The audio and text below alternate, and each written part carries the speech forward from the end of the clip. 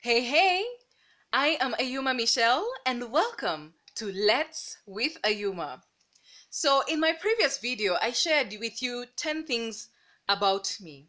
And in this video, I'm going to share with you how to turn rejection into direction. And this is because, in my previous video, I shared about, some things about me and some experiences that I've gone through, which are obviously seasons of rejection, and how me literally being able to lead this business and this brand that I currently lead called Let's for 4 years, it came out of many, many, many seasons of rejection. But also, even with by running this business, it has really taught me how to manage rejection and turn it into direction.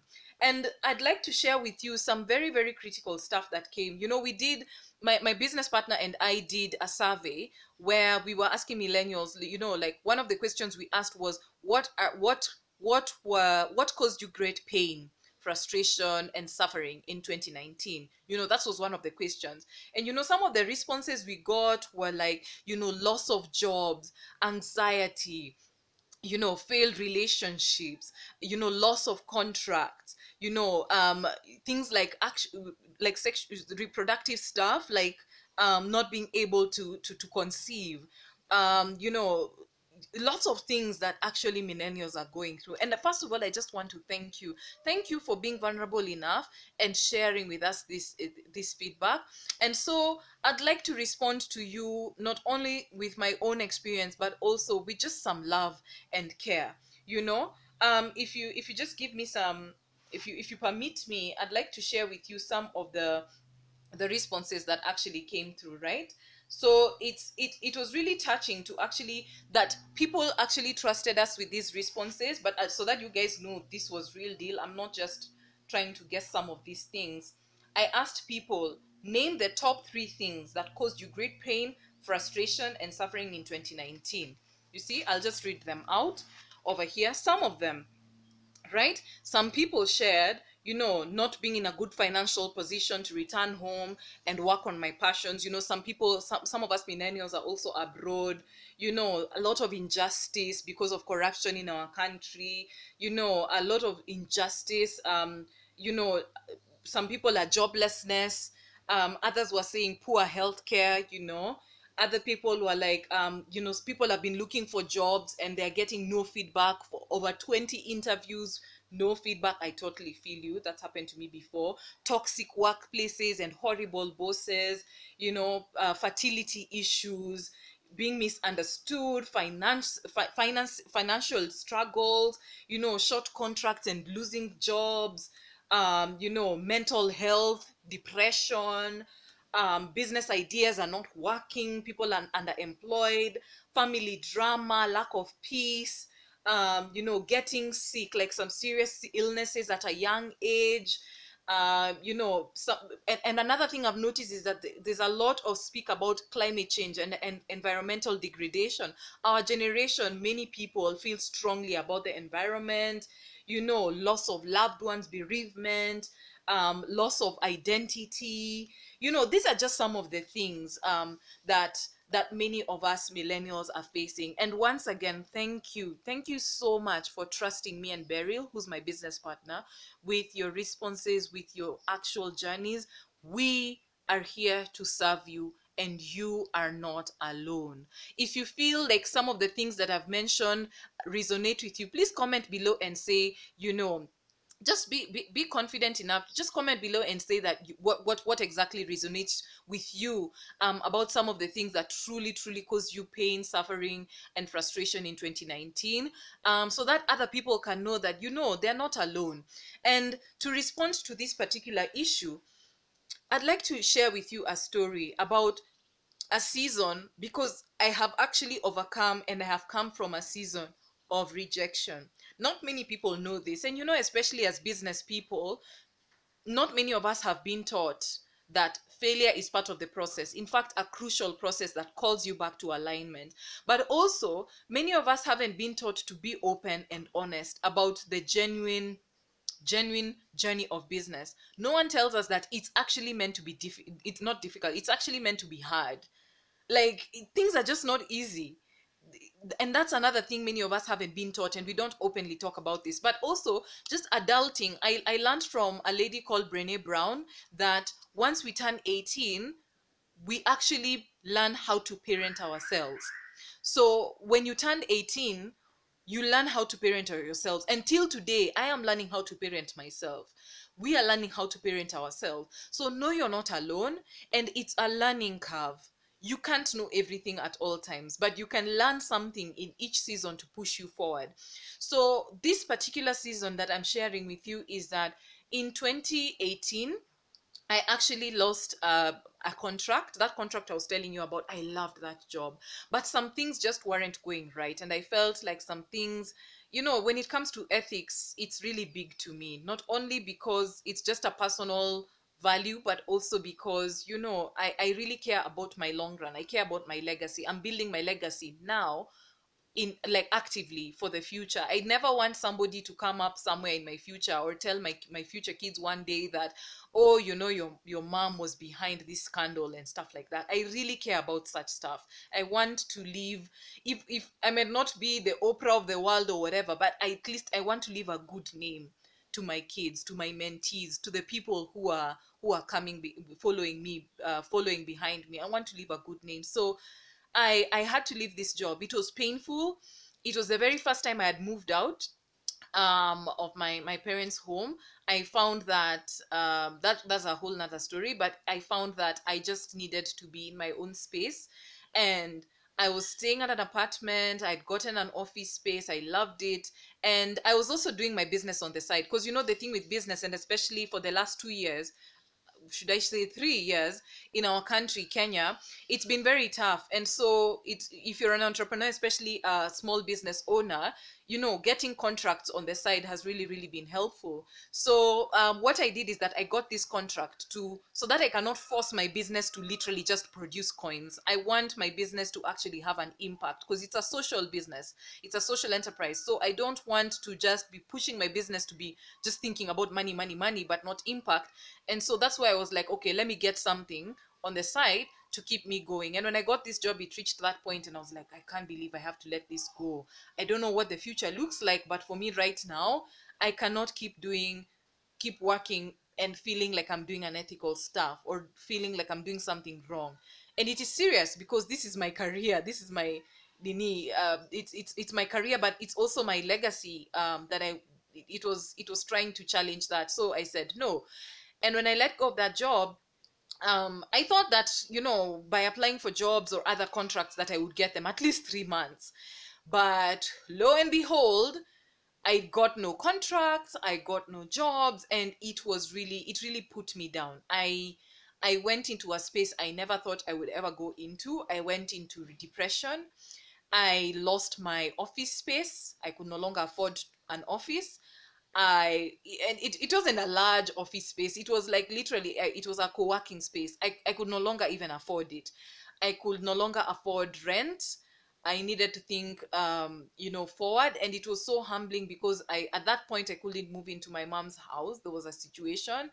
And so I literally had to humble myself and stay at a friend's place.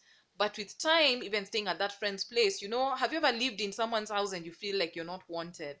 So I made sure that, yes, I was friendly and I did all that I could. But then again came that time when I felt pushed to get out again.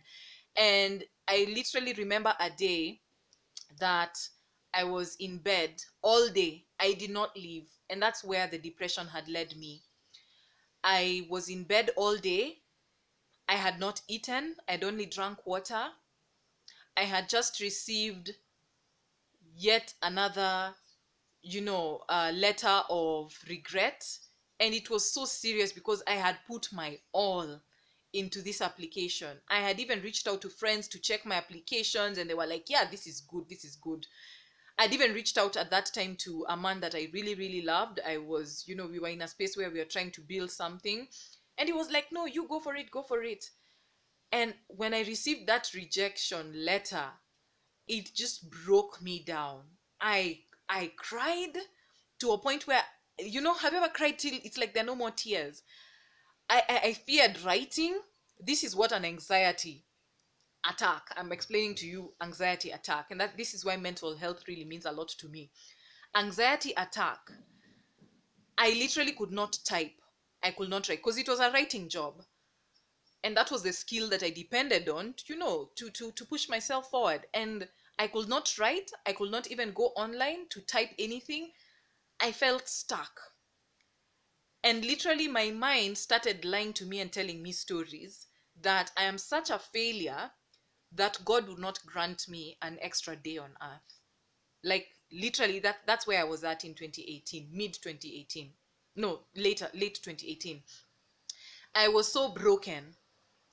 I felt so defeated, and I felt like there was nothing more I could do.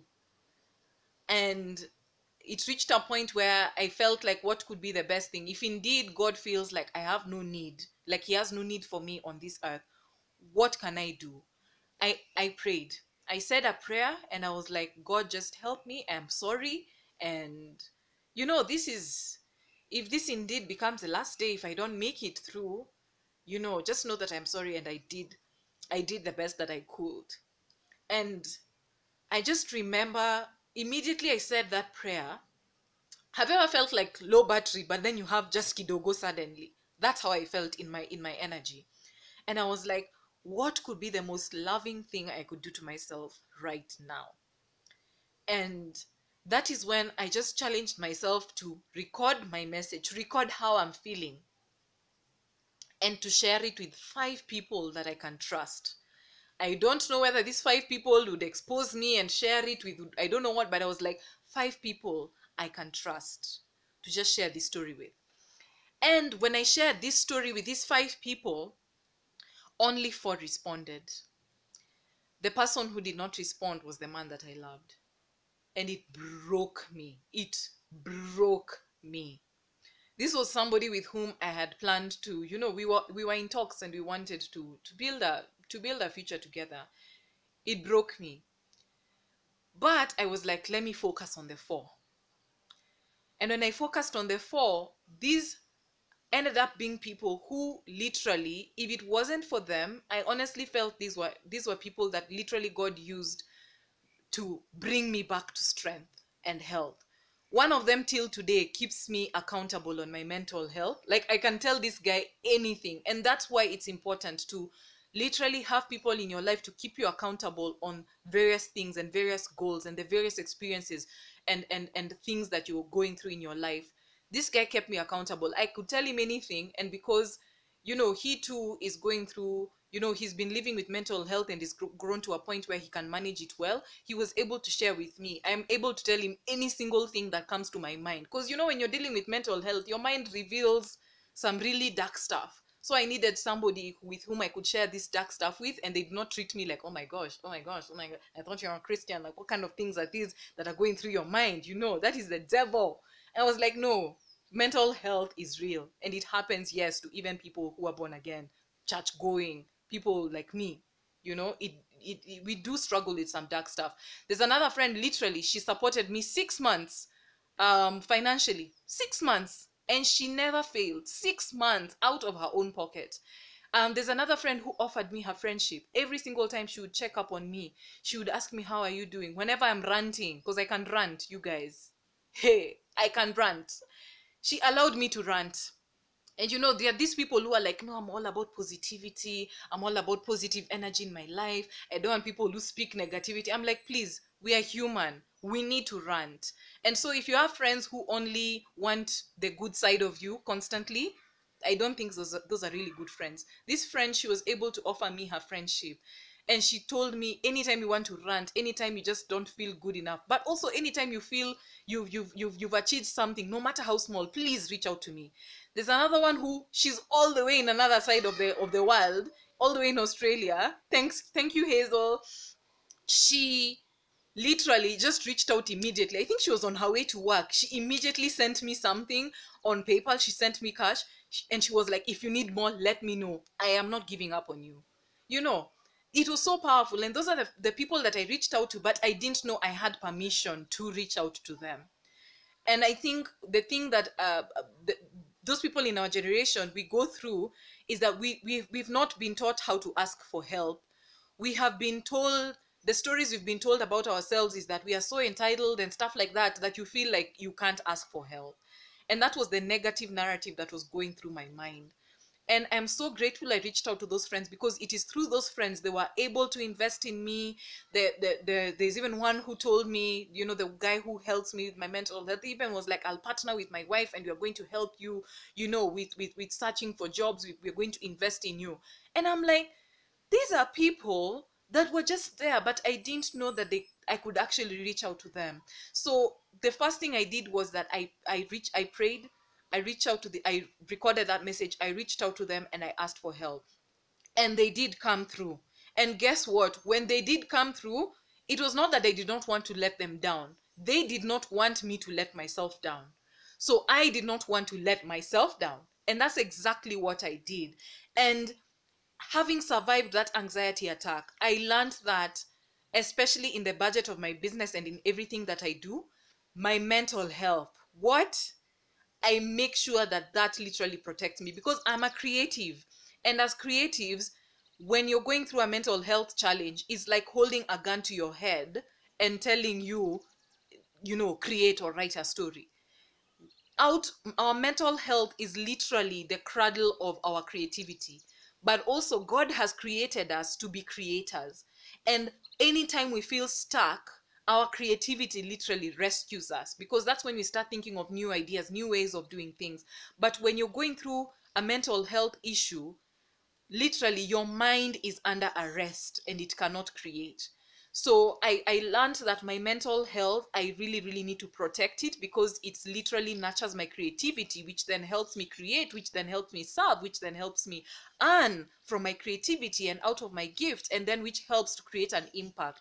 So I learned to make sure that my mental health comes first. But I'd like to speak with you about a very serious mental health issue, which I feel I'm helping you break down what rejection, in the experience of rejection, can cause and what it's like. This thing, it is called rejection sensitive dysphoria.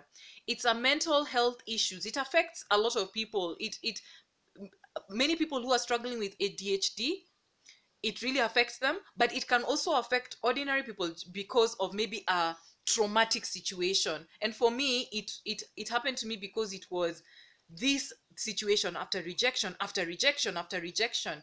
And from what I read with you from you guys, it seemed as though the 2019 we battled with series of rejection, be it fertility. You know, by the time you're trying to get pregnant, I'm sure it's you literally get to a point where it becomes unbearable. That's what this dysphoria is about. Rejection sensitive dysphoria. Please look it up. It's very important. And the thing about rejection sensitive dysphoria, it's a mental health issue caused by rejection, or a series of rejection, where it becomes unbearable. Unbearable to go through another episode of rejection. And it's not, it becomes unbearable not because you've been rejected, but because of the consequences of rejection. You know, the consequences of rejection, where you feel like a failure, you feel like you do not longer deserve to live, you feel like you are not worthy, you feel like you are not man enough, because maybe you've been trying to the person who wrote about fertility, I'm not sure whether it's a man or woman, but it happens to both. Maybe you don't feel like a man because you can't provide. Maybe you feel like you're not a man, you're not woman enough because you can't get pregnant. Maybe you feel like you're not, you start questioning your identity. You're like, if I have studied and I've gotten a degree, and I've gotten a master's degree, I've gotten a PhD, and I can't land a job, you know, you start questioning yourself. You start questioning your relationships. Like now for me, by the time I reached out to somebody I loved, and they, because I wasn't able to get a job, suddenly, you know, suddenly I can't talk to you, suddenly I can't be part of your life. That to me was like, oh my gosh, now I can't be I'm not worthy of a relationship, because suddenly I'm such a failure because I don't have a job. And maybe this guy, the false story I started telling myself was that, oh my gosh, so this guy feels like he will have to carry me, he will have to take care of me, he will have to, and he can't deal with that. First of all, if you're in a relationship with somebody who can't deal with you at your weakest, I think that is a sign. And that is why I wanted to speak with you about this. Rejection, sensitive dysphoria, it gets you to that point where you feel it is unbearable. And the challenge with this is that if you don't take action to safeguard and to protect your mental health, it can lead to a very dangerous place in various forms. Number one, suicide has been on the high. I'm sure you heard it in the news about how many people lost their lives in our generation in 2019 because it became unbearable to go through rejection. It also gets to a point where you feel trapped. You feel so trapped to even try again. The negative story that was in my mind when I was writing is that you're not worthy of writing. You can't even write. You can't even go on social media and type a post because writing cannot even land you a job. It has to be you. The problem is you. It's not your writing. The problem is you, not the organization. The problem is you. You are the problem. That's what this dysphoria lies to you. Your mind holds you hostage to a point where you feel that you cannot try, that it is better not to try than to try again, that it is better to accept that you are not man enough, that you are not woman enough. It is better to accept that you are just stay jobless instead of trying again. That's what dysphoria does to you. But the last one, which came up when I reflected on God's word, is that this dysphoria, it can lead you to a point where you literally end up damaging your very own legacy and very own future. It ends up damaging something beautiful that was on its way that you were not aware of. Because guess what? The thing about rejection that I have come to learn is that rejection is not, it's not telling you when you get rejected, it does not, or when you keep facing seasons of rejection, it's not about you, it's about direction. It tells you this is not the way or not yet. But what dysphoria lies to you is that it tells you it is you who's the problem.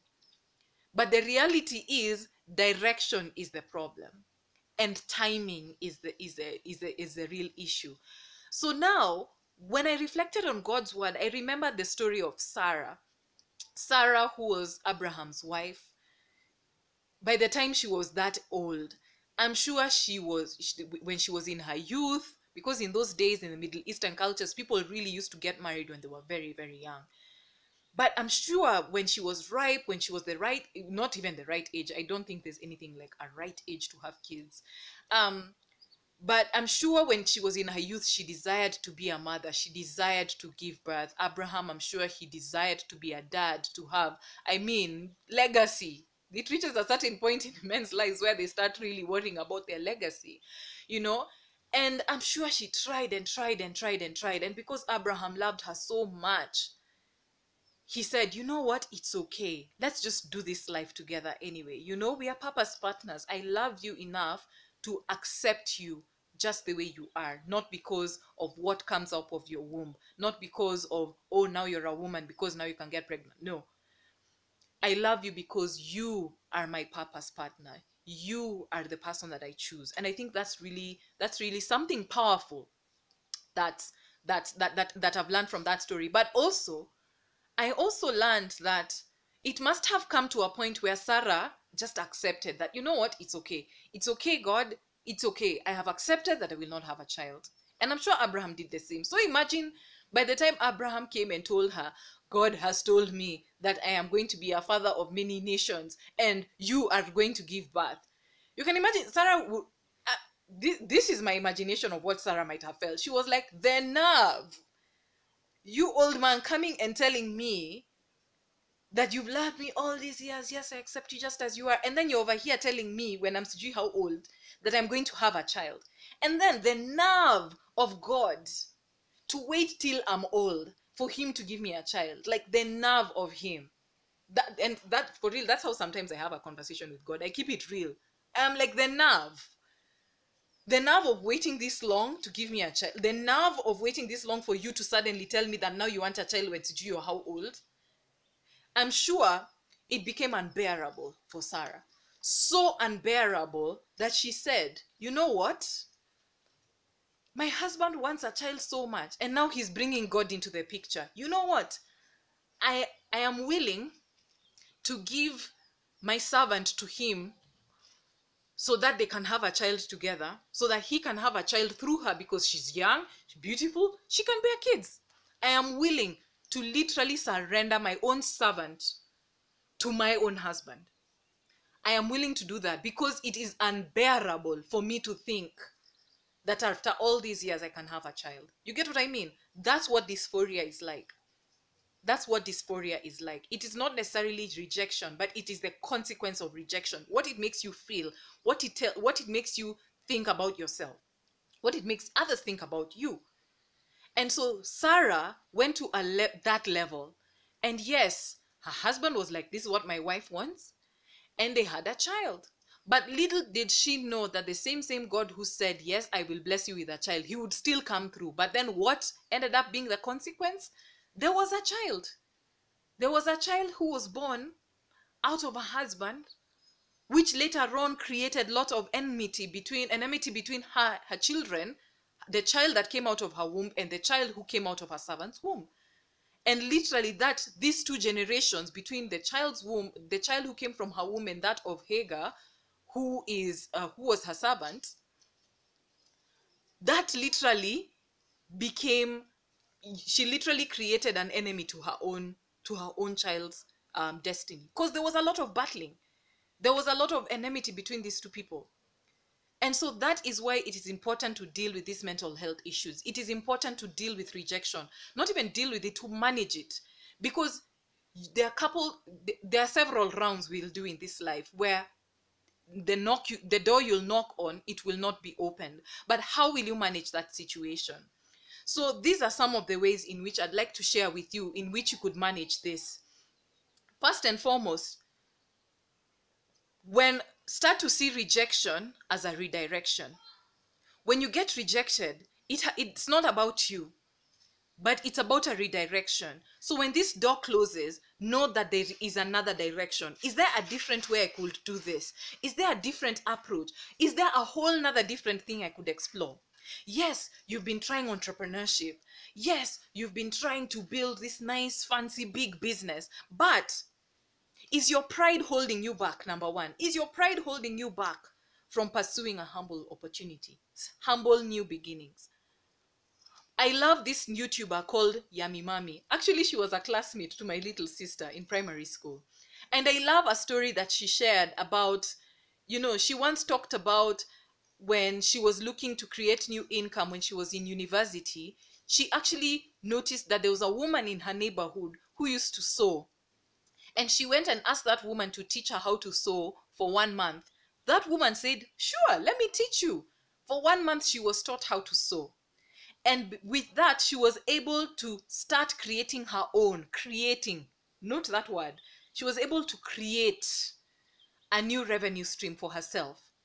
And out of creating that new revenue stream for herself, she was able to earn profits of around 30,000. And she was a university student. And that literally sustained her.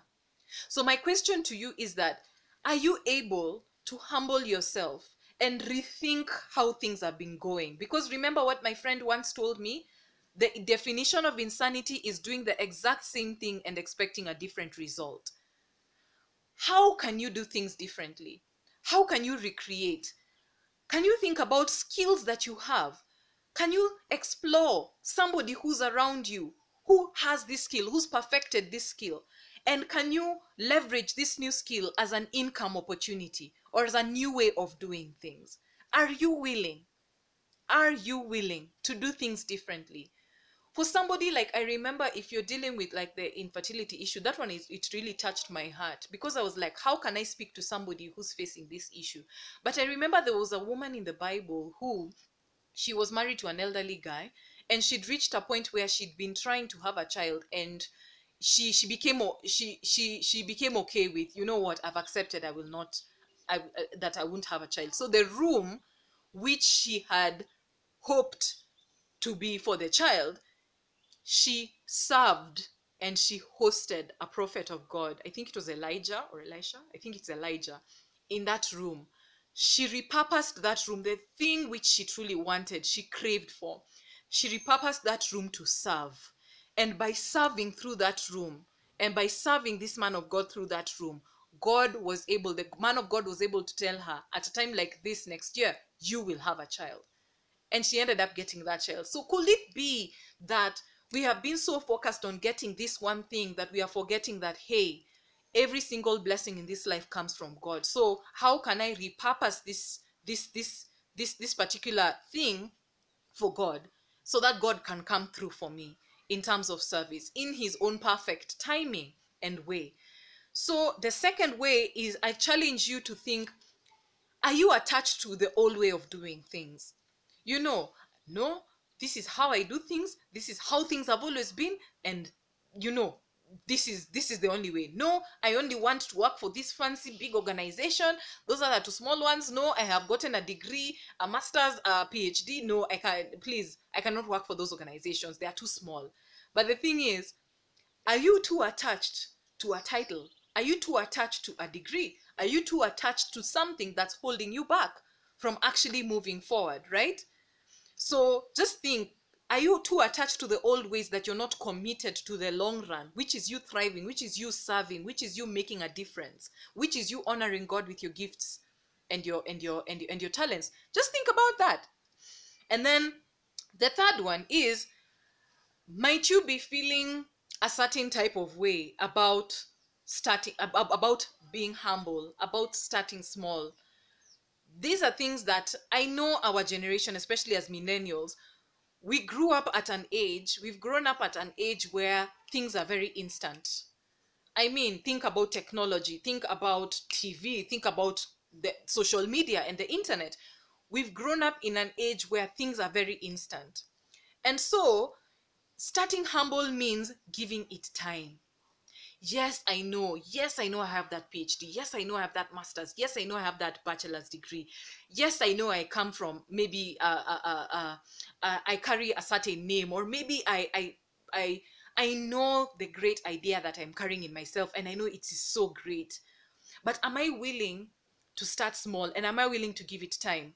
One of my favorite stories that I like sharing with lots of my mentees, because I served as a mentor for more than 5 years to lots of young people.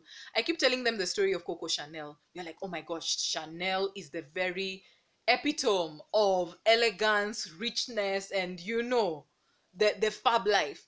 But did you know that Coco Chanel, the famous fashion designer, what actually made her famous was a perfume called Chanel number 5, which was actually proposed to her. It was an idea that was preposterous to her. She was like, what kind of an idea is this? I deal with clothes. But even Chanel herself, she actually started with making hats, like kofias, like hats. She started with making hats.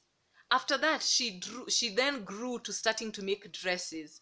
Then after making dresses, somewhere along the line, she was doing well. Somewhere along the line, somebody challenged her. Hey, how about you try for perfumes? Have you explored perfumes? She was like, what are these? But but she took a risk, and she was said, let us try perfume. And guess what? We know her, the brand Chanel, we know it as Chanel today because of that little perfume, Chanel number 5. So are you attached? But also, are you afraid to start small and just give your idea time? Because the thing is, and which I'm learning by on YouTube, by being an influencer, all of these amazing Kenyan influencers who are doing a great job, the thing is consistency. Consistency not only teaches you to keep doing it again, it also helps you perfect the craft. It also helps you learn so much about yourself, but also the people that you're serving. It helps you build your credibility. And also at the same time, it helps you build your brand and discipline. That's what consistency does. It does not happen overnight, but it takes time. So that's something that I'd like to encourage you with. Then the second last one is, are you too worried about what people think? Oh my gosh, a whole PhD holder. I'm now starting to bake cakes. Let me tell you, some of these ideas that you have, education becomes true education when you start practicing it. And oftentimes it is not based off of what we've actually learned in school. Sometimes it is actually based off of a need in our community. The community is, does your community have a certain need? So for example, you know how to drive, right? You've gone to a driving school, you know how to drive. That is the skill. But have you looked into your community and asked yourself, what is the need in my community? Maybe they don't need driving. Maybe they need something technical. I'm sure if you've worked with an engine, I'm sure you can work with other technical machinery or engineering stuff. Maybe the need is engineering. Maybe by driving, you're able to, if you know how to drive, maybe you can offer taxi services. Maybe you can teach other young people how to drive. You get what I mean? You need to look at what is the need in the community so that you can match it with your skill, so that you can match it with this knowledge that you have. Otherwise, you can't just offer knowledge. Or maybe the need is knowledge. Maybe then it will be important. But you need to look out into the community. Really understand, what are people going through? What is the actual need? And then how can I show up and serve? How can I show up and serve? And if you want me to do another video about this, that is actually what helped me jump out of 3 years of unemployment and create my own magic. Create an opportunity that not only serves people, but also sustains me. The last one is fear of failure. This is a cool thing I'd like to share with you. Failure is part of the process. But the thing is, we need to change our mentality about fear. Fear is a made-up story about the future with no evidence. Hope is a story about the future with evidence. So you need to change your fear into hope by providing evidence. The reason why we feel fear is because we feel a certain type of way about the future, but you have no evidence, you have no proof. So an activity that I'd like to challenge you with as I end this video is write down all of the fears that you've had in 2019. Write down all of the fears, actually, scratch that. Write down all of the fears that you have about 2020, right? Write them down, be very honest. And then write down something, a proof, like something that opposes that fear with evidence, right? So for example, if you fear that you're not good enough, write down on the other side of a pen, if you have a pen and paper, grab it. One side, write the fear that you have about 2020, which means unemployment, rejection, failed relationships, infertility, corruption, injustice, climate change worsening, all of that stuff. Then write on this other side something, an evidence of something that of hope, an evidence of a positive future. And slowly, the more and more you feel, anytime that feeling of fear comes to you, you rebuke it with that evidence of hope.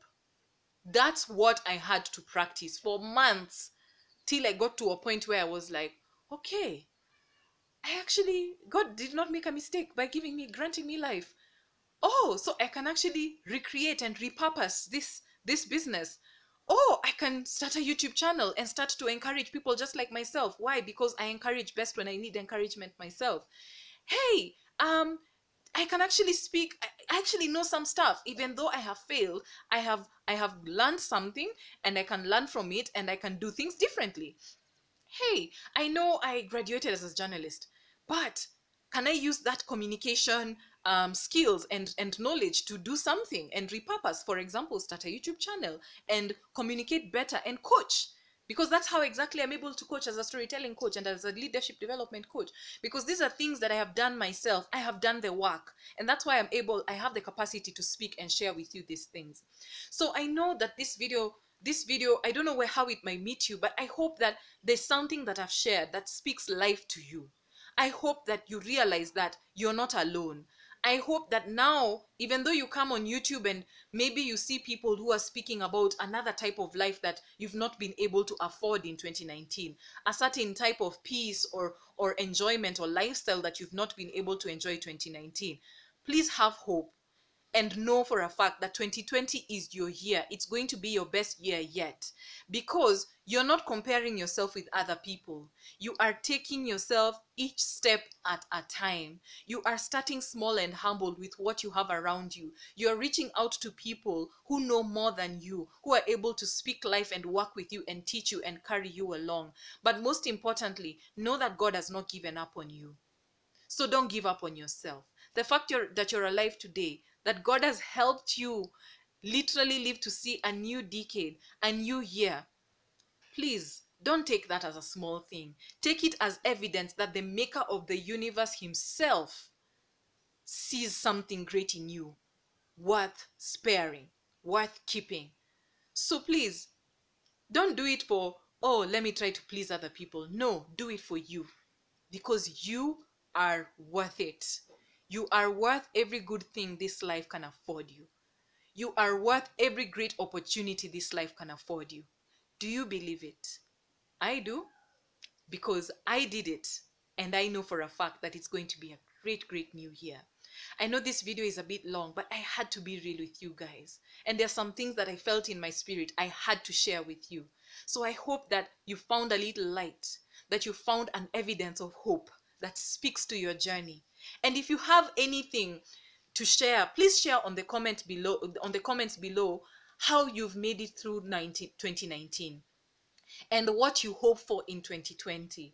If there's something that you have overcome in 2019, share below some of the tips that what you did, especially with mental health. Mental health, I know for a fact, I'd like to share this. It's not sponsored, but I know that Red Cross, the Kenyan Red Cross, offers a 24/7 counseling service. Please reach out to them. Go on their social media and I'm sure you will see it. They offer counseling, 24/7 counseling support.